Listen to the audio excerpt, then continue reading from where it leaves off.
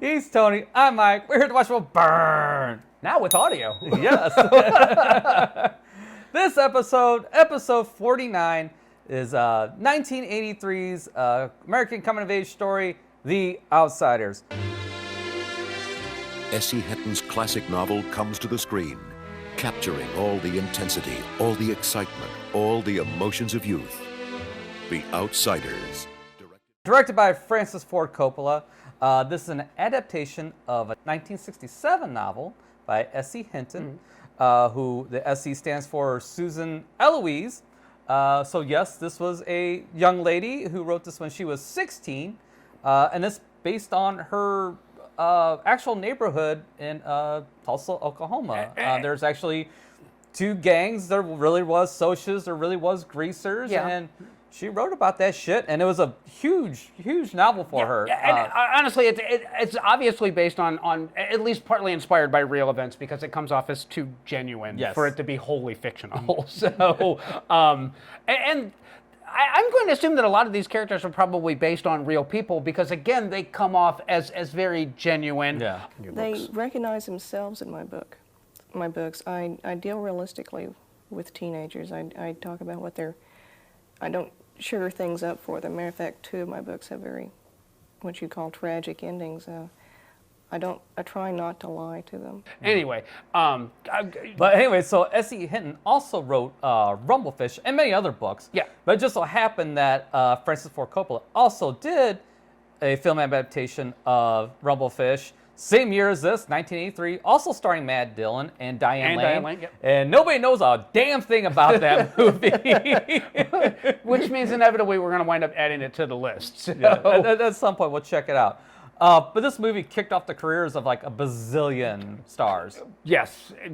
Everybody, and I can't think of anybody, okay, other than Leif Garrett, everybody in this was essentially unknowns, and they all went on to huge careers, and some of them still huge careers today. So give us the lineup. Okay, so we have C. Thomas Howell as Ponyboy Curtis, Ralph Macchio as Johnny, Matt Dillon as Dallas or Dally, Patrick Swayze as Derry, Rob Lowe as Soda Pop, Emilio Estevez as Two-Bit, Tom Cruise as Steve, Diane Lane as Sherry or Cherry Valance, and Leif Garrett as Bob. Yeah. Yes, and like you said, just about every single one of these people have gone to have a massive career, except for poor C. Thomas Howell, who did The Soul Man, unfortunately. Yeah. Mom, Dad, I'm black. What? No, you're crazy. Mark Watson. Come on now! From the producer of Risky Business, Soul Man. He didn't give up. He got down. Right on. And kind of stalled him out there for a while. He's making a bit of a comeback, but he's nowhere near what he should be. He should be. He's an immensely talented actor that had a really bad agent.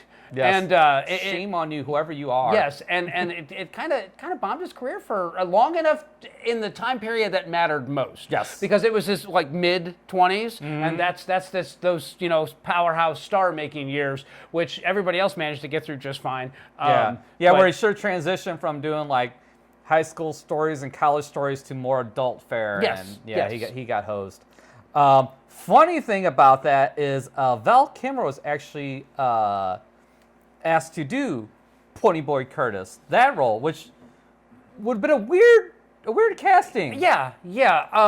I mean, not to take anything C. away Thomas from Howell just owns this role at this point. You can't picture The Outsiders and not picture him with his peroxided hair. Yeah. I mean, like he inhabits it like very few actors get to own a role quite this much. And not only that, he looks very age appropriate. I'm sure he was about 15, 16, about this time. I believe Ponyboy's supposed to be 14. Yeah, but he's got that baby face about him. He looks the part. So, and Ralph Macchio too. Ralph Macchio looks like he's like 16. Yeah, and the weird part is that he somehow manages to look younger than C. Thomas Howell in this. And I know that it's because he's got a baby face, but I mean, like legitimately, it takes your brain a second to realize that Johnny is actually supposed to be older than Ponyboy. Yeah. So. Might have hurt her reputation or something, that's all. Don't worry about it. Yeah, I guess so. But some interesting things about this. There is a director's cut of this film. The original version of the film, as shot, it was 121 minutes long. And the studio had reservations about it because it's a teen film. So Francis Ford Coppola went in and lopped it down to 90 minutes. And it shows. Yes. There's footprints of the truncated scenes all over this film and the weird jumps that are in it. So I'm interested in seeing the director's cut, but it was supposed to be on HBO Max, but HBO Max apparently pulled it off before we had a chance to actually watch it for this review. So we're talking the theatrical cut here, but there's a couple things. Number one, there's 22 minutes of footage, and there's several scenes that are in the book that are in the director's cut that are not in the theatrical version. And number two, and one of the issues that I kind of have with this film, Francis Ford Coppola's father wrote the soundtrack for this. And while I can understand his choices for inspiration, he decided to go with a soundtrack that was very reminiscent of Gone with the Wind.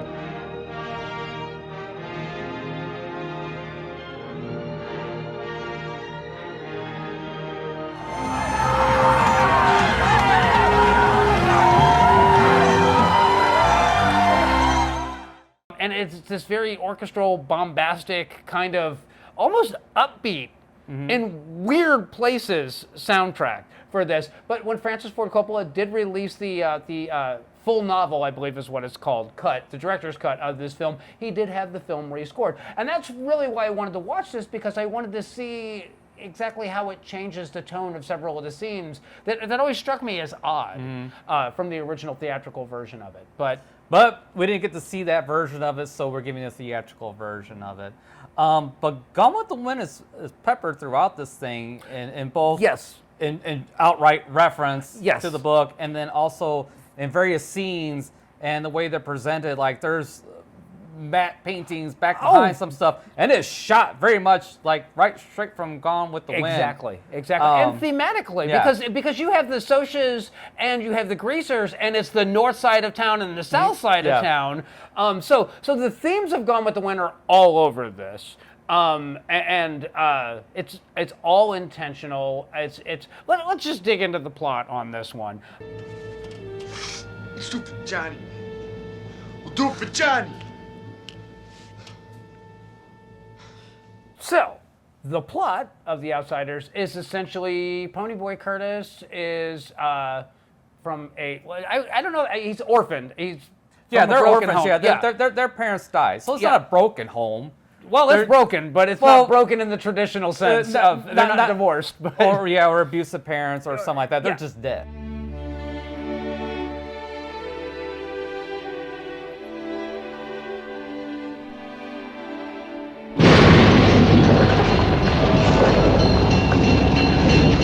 To say that it opens up with them meeting up with Dally and them deciding to chase some kids through a field because Dally really can't stand kids. I don't like little kids. I don't like them. I just... See, he hates how pure and innocent and naive and dumb they are, so therefore you must, harass the shit out of them.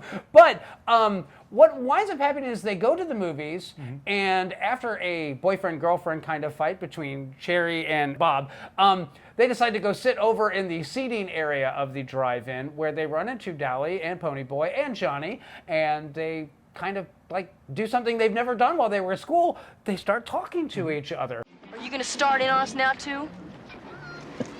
No? You don't look the type anyway. What's your name? Ponyboy Curtis.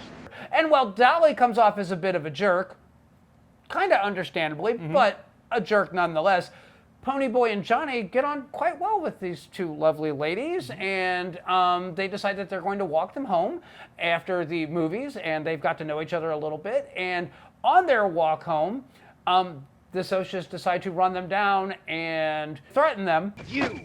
Randy! Listen, we got two more of us in the back seat. Pity the back seat. The situation is kind of diffused. Cherry decides she is going to go with them. If they'll just leave them alone, they can go home, blah, blah, blah. But as they go home, Johnny's parents are fighting, and he doesn't want to stay there, so he goes and stays at the lot. Go play a little snooker, get rip-roaring drunk. I'll see you later.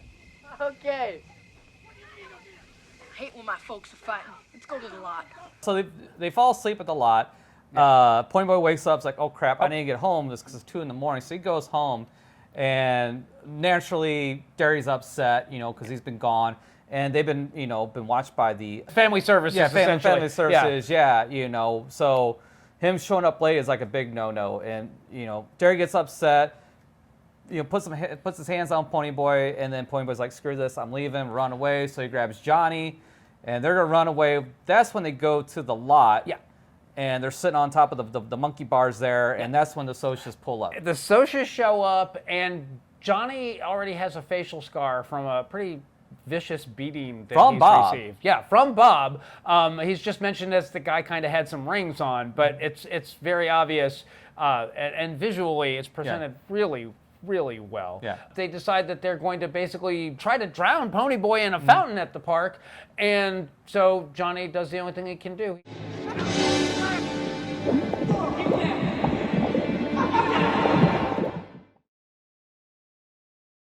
They realize that they're kind of, going to be wanted for murder at this point. So they do the only thing that they can do. They go to Dally. They ask him for help. Get the 3:15 train to Windricksville. It's a freight. It's an abandoned church on top of Jay Mountain. You can go there, hide out. I'll let you know when the coast is clear and everything is cooled off, which is exactly what happens. But they spend all this time at the church, and they get to reading and talking and eating a lot of bologna sandwiches. and they kind of start looking at life a little bit differently now that they're actually far enough away from the north side and south side of Tulsa that they can kind of see some things. Johnny picks up, while he's getting supplies, picks up a copy of Gone with the Wind. That's how it's introduced into the book. And so Ponyboy's reading it to Johnny, just kind of help pass the time and stuff like that. And that's when they started getting waxing all philosophical and stuff. And then Johnny mentions the sunset, and that's when Ponyboy reads off this poem about how things can't stay gold. It's like the mist is what's pretty, Too bad it can't stay like that all the time. Nothing gold can stay. What? Yeah, it's a Robert Frost poem, and it's nature's green is gold.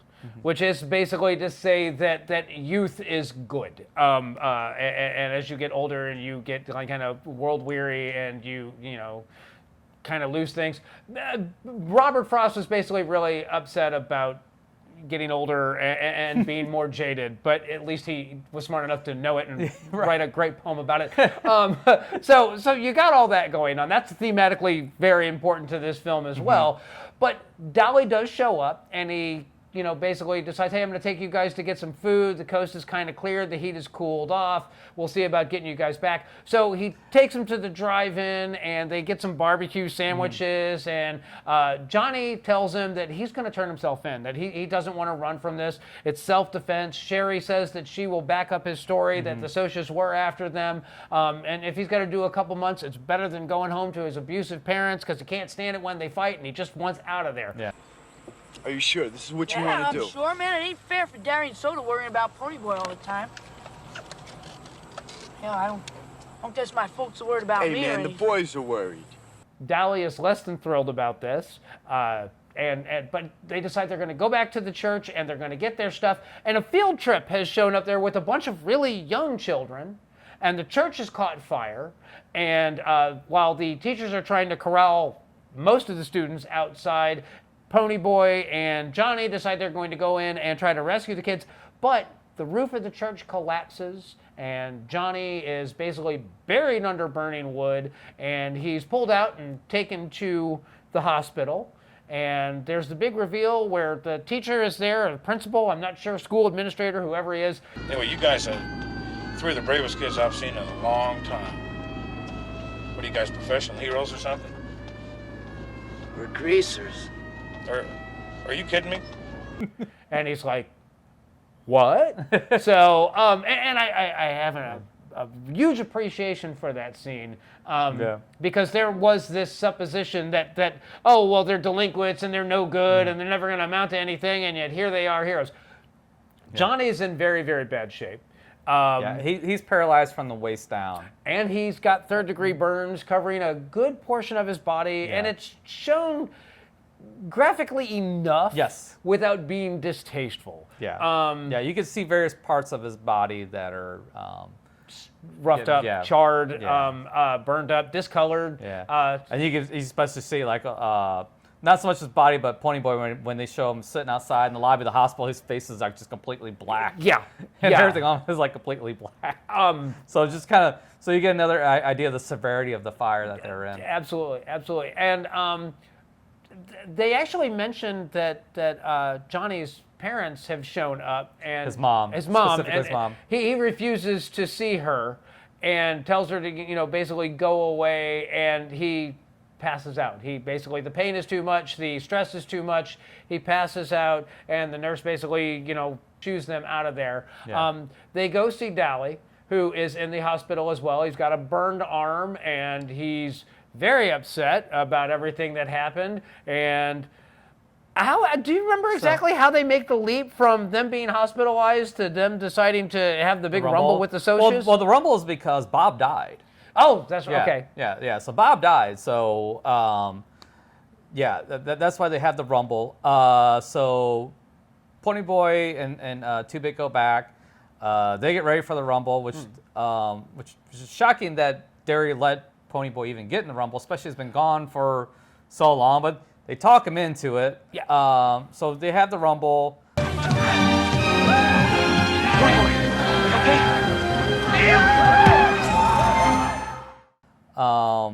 The Greasers win, and then after the rumble, Johnny dies.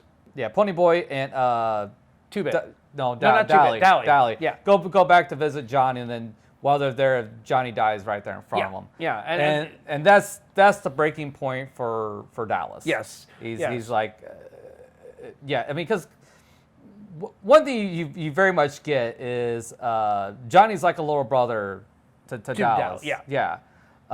Which it's weird to have that dynamic. It's not weird, but I'm not going to say that it's not weird. It's not the word I'm looking for. I'm going to say that they identify with each other. It's unspoken throughout the context of the film, but you can tell Dally comes from a shitty family that was abusive, and because he actually talks about how his dad used to pound on it. Yeah. And I think that he identifies with Johnny because there's the other kids that are in the gang, but none of them experienced parental neglect or abuse like those two did. So I think that Dally has intentionally taken Johnny underneath his wing. Yes. But it also shows that Dallas' reaction to that is to try to act like he doesn't care about anything or anyone, whereas it's made Johnny more empathetic to everything and everyone. Exactly. Even so far to the point where he basically says that it's okay, that he knows that he's going to die. He's okay with the fact that he's going to die because those little kids' lives were worth more than his because nature's green is gold. Yeah. So that's kind of where the poem comes back in. But Dally snaps. He goes to a store and robs it, and during the course of the robbery, he gets shot by the storekeeper, and he goes on the run and basically commits suicide by cop. He knows that he's going to be tracked down by the police, and when the police come, he doesn't surrender. He holds the gun up, and he gets shot from all directions. And they're yelling, "He's just a kid! He's just a kid!" And it doesn't matter. They gun him down anyway because he's not their kid. So, but he's got a reputation.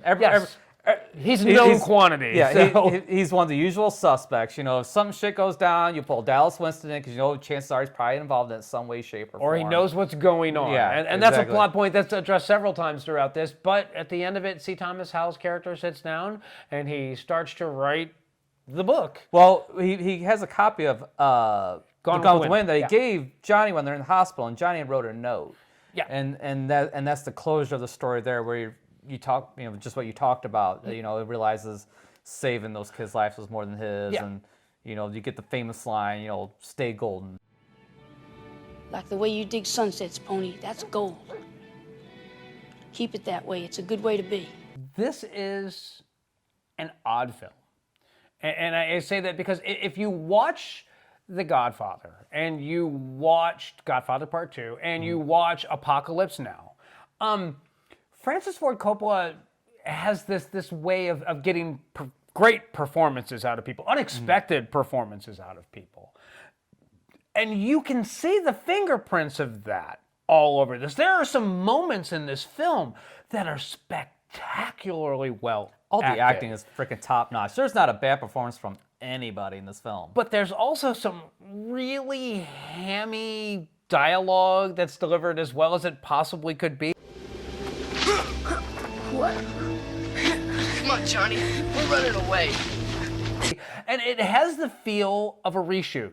It has the feel of, well, we got to cut this scene, but we got to tie this scene and this scene together. So we're going to write this little bit of dialogue and tack it in right here and you know, try to hide the fact that there's no connective tissue here. And it's always struck me that way. And you know, multiples example of that. You know, in the director's cut, it actually starts off with them coming out of the movie theater and getting jumped by the Socs, and then the rest of the family showing up and basically scaring the Socs away, and them introducing the tension between the Socs and the Greasers in You know, I'm Tulsa. glad you mentioned that, because that's one thing I never understood at the very beginning when he's first writing. You know, we came out of the movie theater and it's like, well, you don't have a movie theater. You got to drive in, number one, and that's happening later. And that's, you know, it's like, what? And it that wasn't doesn't make sense. And I know why. Yeah, and that's exactly why. So that was one of the other reasons that I did want to watch the director's cut, because I actually wanted to see that continuity error addressed on that. But alternatively, like, there's a legitimate moment in this film that you can actually watch the exact second when Ralph Macchio becomes a star. And it is the moment. It is the moment when the car pulls up, when they're walking the girls home, and you see like the Mustang and Bob is in it, and they get out, and Ralph Macchio turns. He doesn't say anything. He literally turns away. He's trying to hide his face. He doesn't want Bob to recognize him. Back seat. Pity the back seat. If you're Stop looking it. for a fight. I am looking for a fight. Come on, put the Let's knife go. down. Come on, right now. Come right on. now. It is such a masterful performance. It is so perfectly executed. You can see the fear. Yeah. You can see the adrenaline. You just get all the subtext as to what happened, because you can see the cut on his face. And there's the shot of the rings and the flask right before it. Because when Bob drinks, he gets jerky and does stuff like that. And it's perfectly handled without a line. And that's like the stuff, that's the Francis Ford Coppola that I love. That's the stuff that you see a ton of in The Godfather and in Apocalypse Now.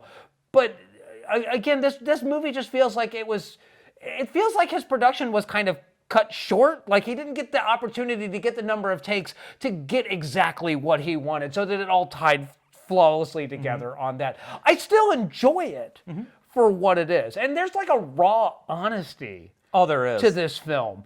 Like, this is the first teen movie that I can actually think of that showed that your teenage years kind of suck, you know? And do it in like a way that, yeah, your teenage years are surrounded by you know, drug and substance use, alcohol use, violence, this petty, you know, clique thing that drives so much teenage bullshit behavior. And this came out at the time. I was a teenager when this came out. So I think that's why it landed so hard, because like, oh, the Breakfast Club is like my idea. Bullshit. No. So you often ask me like, what kind of teen films do I like? This falls into that category. And even though this is a flawed film, it's I won't say that it's a masterpiece, but it could have been. I think it's a flawed masterpiece, I put it, flawed classic in my notes right in front of us. So, and it's for a lot of the reasons you just stated. The editing is just wackadoo.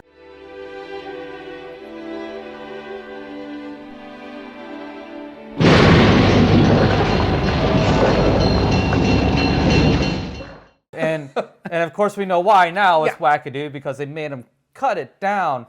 Which kind of sucks, because every time I think about this movie, I think that first, the part where they get attacked at the fountain is later in the movie than it actually is. But no, it's like in the first 15, 20 minutes of the film. About 20, right about 20 minutes. You know, it's like, wow, and it hits me every time. I always forget that this happens so early in the film, where it seems like it comes later. Yeah. So, which is strange. The other thing I don't like about it with the editing too is that while you get a sense of family with the friends, you don't get too much sense of the family, like the actual real family dynamic with like Pony and Soda and Derry. Yeah. You know, what little bits you do get are very well conveyed because, you know, frickin' Patrick Swayze is an amazing actor. Yes. And you can see it in his face that he cares for his brothers, big time. Rob Lowe, not so much. Rob Lowe, you can see he's like half giggling every scene he's in. Yeah, pretty much. Yeah, no, you're not wrong on that. And you know, the other thing is that there's some characters that we don't get a whole lot of background on, like Steve. Steve, you know, Tom Cruise's character. He works at the gas station and he's kind of an outsider. And then Two-Bit, we don't really know. We know he's the hangers-on. We know he's the one that's always hanging around at you know, Ponyboy's house. But that's kind of all we know. So and you can tell he's like the brother from another mother with them because he takes care of a Pony, kind of watches out for him, stuff like that. And when the Socias pull up, he's the one that grabs that glass bottle, smashes it on the fence, hands it to Ponyboy, and pulls a knife. Like, let's go. Yeah. 4 on 3, let's do this. So, he's a take no shit kind of guy. And that's kind of why I wanted more from him, because he is such a well-conveyed character. He has these great moments. Dolly got a blade? I don't think so. Good deal. Tim will fight fair as long as you don't. But at the same time, he's the first one to violence, but he's also the first one to cut up and start shit and crack jokes and like, you know, there's never a boring moment when Emilio Estevez's character is on screen. So and he's so underappreciated. Like nobody ever mentions Two-Bit. You know, everybody always mentions Ponyboy and everybody else. I think Two-Bit is like the unsung hero of this film. I would agree with that. I will also say that Matt Dillon gives a powerhouse performance in this film. And I understand why Francis Ford Coppola would be all like, I'm going to do this other book by S.E. Clinton called Rumblefish. Would you like to be in that? I get it. I totally understand it. It's kind of a shame that part of his performance gets parodied so much, because in the context of the film, when you see him and he's in the hospital bed and he's got the bandaged up arm because he was burned pulling Johnny out and trying to get the kids out of the church as well, and you see the anguish and the pain on his face about finding out what's happening to Johnny and that there is going to be a rumble, and by damn it, he's getting the hell out of the hospital because he's going to be there to kick some Soch ass. When you see all that and you see that line delivered in context, it works. You know, we gotta win that fight tonight. Gotta get in with those socials. Yeah. But when you see it out of context, it's funny. I mean, I get it. You know, it's hard to deliver a line of dialogue like that with a straight face, but he did it. It's just, like I said, just a shame that it's kind of been memed at this point, for lack of a better word.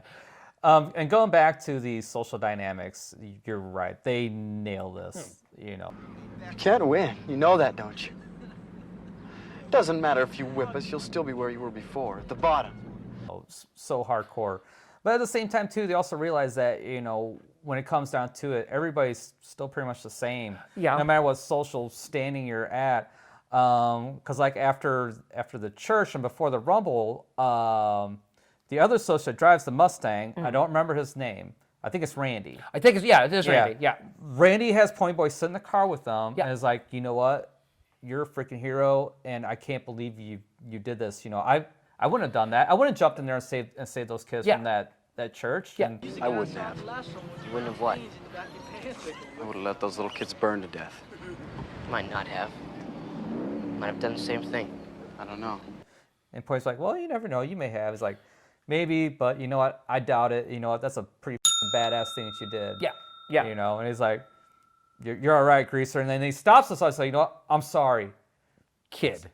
Yeah. You know, so show him some respect there. And it, like, legitimately shows, like Ponyboy sees his mind get changed, Randy sees his mind get changed, and that's why it's such a powerful coming-of-age story. But you also get to see Johnny, who has this catastrophic injury, and he knows that he's going to die. Yeah. And he's, you know, digesting all this. But the thing I always found fascinating about it was that it took them having to commit a crime and then having to get out of their social circle, to not be surrounded by it. Yeah. For them to not just escape it literally, but to also do it, you know, metaphorically, that they actually could see that, you know, there's a lot more to life than just greasers and socias and this bullshit, you know, cliquey you know, North versus South thing going on in their little town. It's not the rich kids versus the poor kids. There was some other fascinating stuff in here too. There is the bit when they have the big rumble, and Patrick Swayze, who's obviously the oldest of the Greasers, shows up. But then there's also the oldest of the Socs, and they were in high school together, and they were on the same football team, and they greet each other. Hello, Daryl. Long time no see. Hello, Paul. What's up? They used to buddy around together, play football. Even though they've both, you know, become adults and have jobs, neither one of them have actually managed to escape this social construct that is so part of their identity that they would rather show up at a park and beat the crap out of each other than to actually sit down and have a conversation like Pony Boy and Randy did. Yeah. And the other thing, there's actually a quick throwaway line was like, the only thing that kept Jerry from being a Soc is he has to take care of the kids. Yes. He has to take care of the other two brothers. So it's not necessarily just what side of town you're on. Yeah. But there's also this beautiful scene where Pony Boy and Johnny are walking Cherry and her girlfriend home, and when the Socs pull up, she's like, If I see you in school and I don't say hi, please don't take it personal, okay? Yeah, I know. Really, you're a nice boy and everything. Yeah. And it's just one of those, she's young and she knows that, you know what, being that girl in high school, it sounds great in an after-school special, but in reality, when your whole social circle dumps you and you're the ostracized kid, it makes high school not a great time.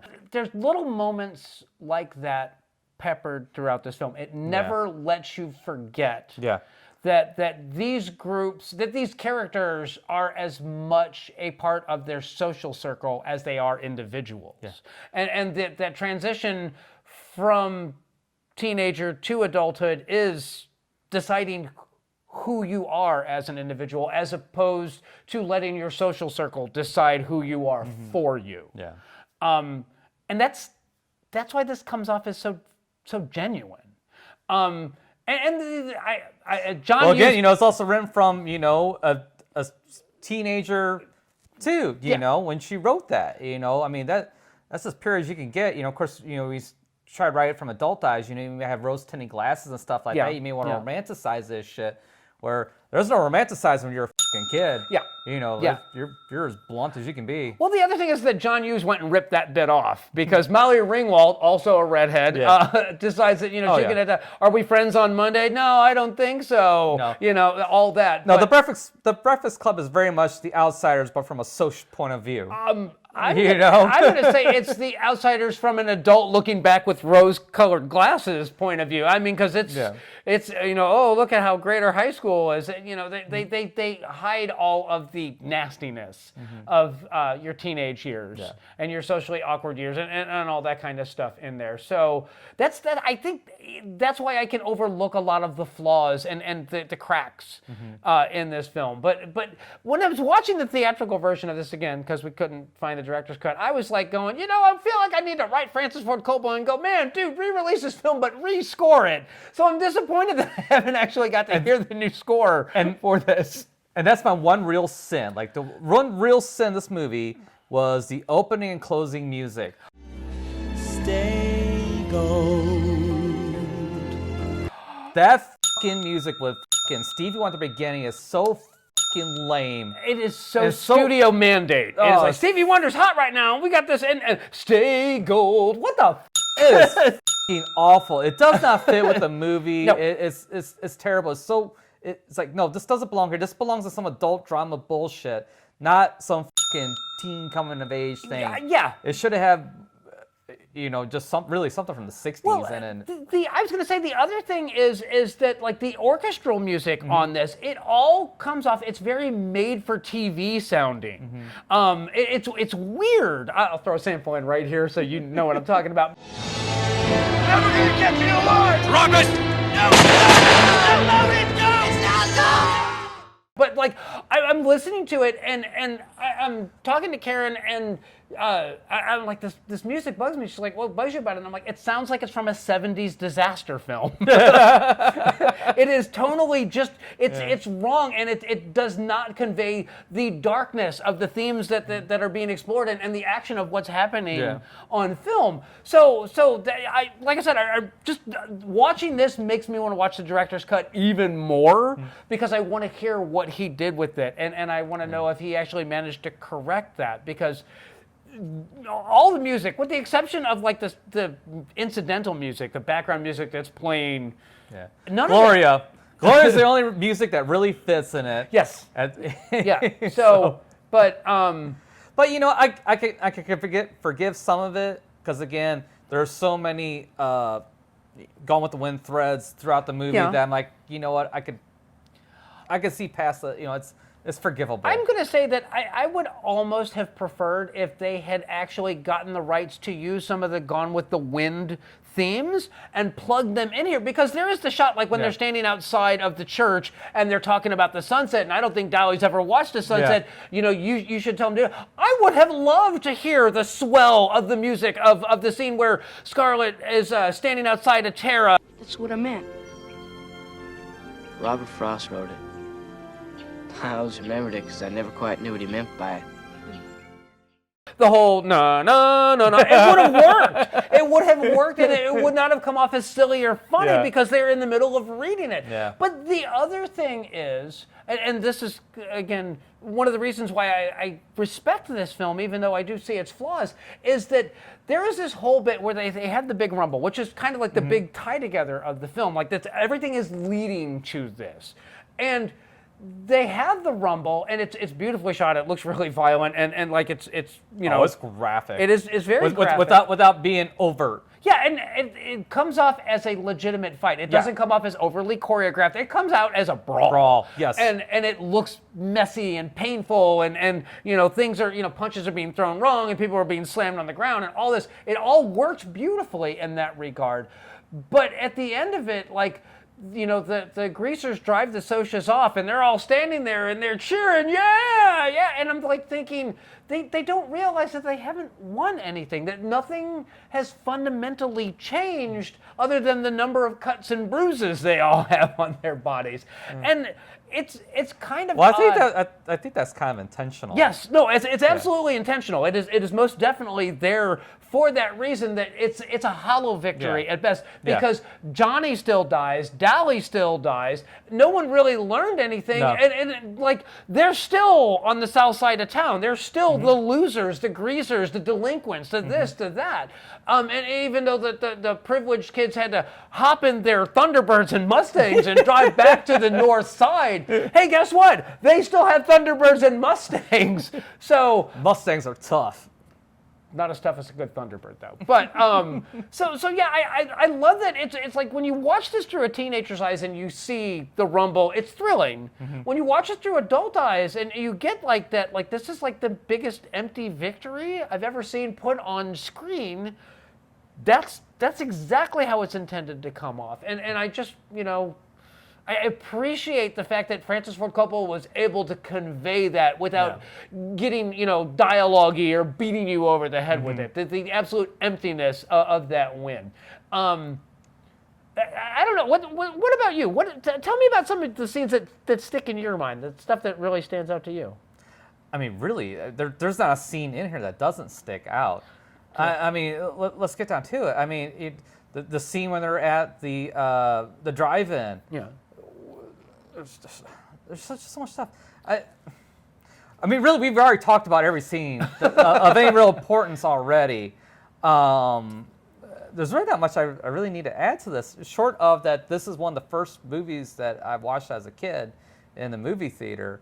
You know, so that will always stick with me. Yeah. You know, I always grew up with this movie, and I remember reading in high school and stuff like that.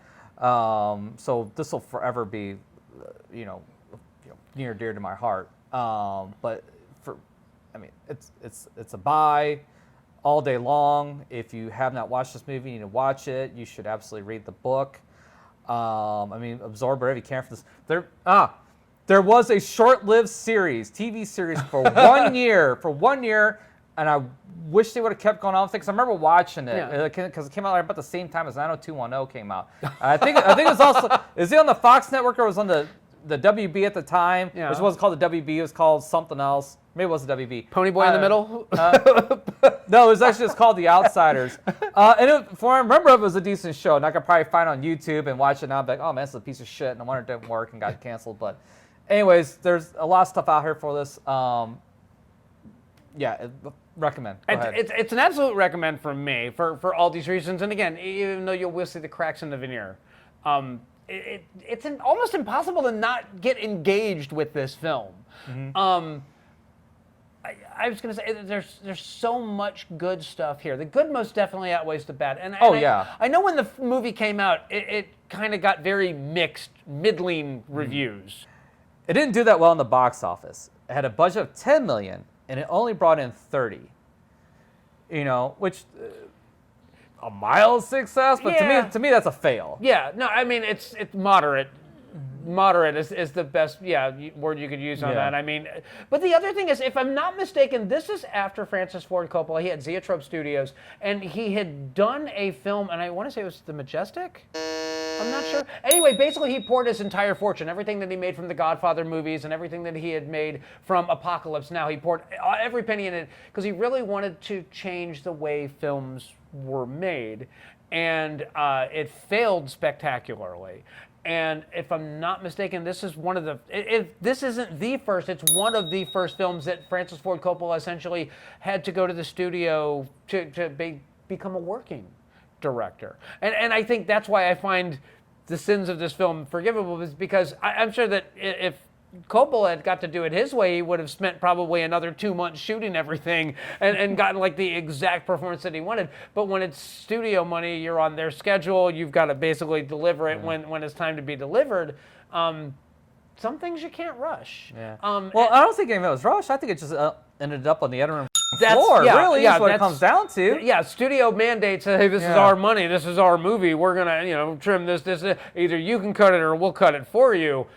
And Final Cut is a thing. If you're a director and you're not a named director, the studio can basically, you can ask Josh Trask about Fan Four Stick. The movie that he gave them is not the movie that you got to see, but we'll never probably get to see that. But there is something to be said. I would really, this is almost one of those movies that I would like to see redone, but I don't know that you could do it. No, wait, no. I'm just gonna say that.